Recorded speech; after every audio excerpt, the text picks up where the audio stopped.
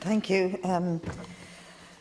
I welcome the motion, and as was said, we'd be supporting it. Our environment is indeed showing worrying signs of reaching critical thresholds in many spheres, and air quality and water quality are two of the warning signs that we will ignore at our peril. But the impacts of these are felt mainly by the poorer, the more vulnerable and the less well-off in our society.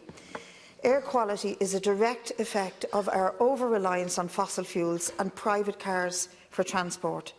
And we in People Before Profit put in our submission to the budget this year that we need to have free public transport as a model of how we reduce our reliance on carbon, but also improve the air quality.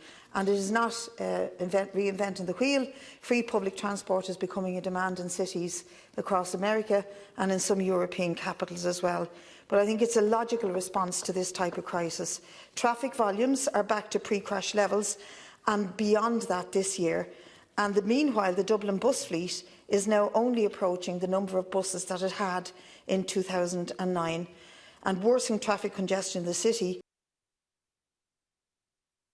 leads to some areas having the worst readings. Detrimental effect on bus journeys is caused by gridlock in the city. According to the EPA report, there are 1,180 premature deaths per year in Ireland due to poor air quality. It's an astonishing figure, and it well exceeds the figure for deaths on our roads, which we often talk about, but we very seldom figure this stat into our discourse. But these figures are not new. They've been around for several years, and the reason we're looking at them is because we've increased the number of monitors. We've 17 new monitors around the country this year, but it's worth pointing out that in Scotland alone they have 88 such monitoring stations and have had this real-time information for many years.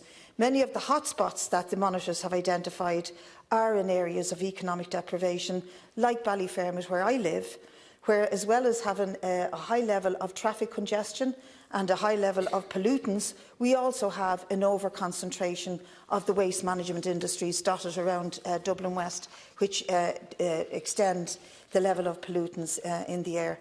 Just a comment on the ban on the solid fuels. It's really a delay that has been caused by companies lobbying the Minister, not unconnected to the lobbying that went on in stopping the ending of use of fossil fuels.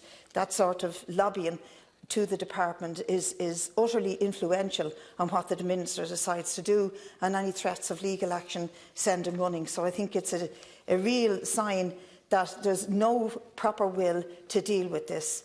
One other issue that I'd like to highlight is that this type of air pollution, because it has particulate matter, which has severe effects on the heart and the liver, reproductive organs, causes stress and anxiety, particularly impacts on, would you believe it, babies, children in buggies and the disabled, because they're lower down at the level of the ground and they suck in more of the particulate matter and poison their bodies. So there's no doubt about it that this is detrimental to our health.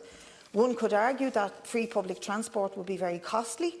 There's no doubt it would take cars off the road. But then you have to look at the cost in our health service to diseases that affect the lungs, cause asthma, COPD, etc. We could cut down massively on our health budget by implementing a free public transport measure across the country and removing hundreds of thousands of cars off the road. That would be a good start, and then the Minister having a bit of courage to implement the smoky coal ban would be a good follow-up. Thank you.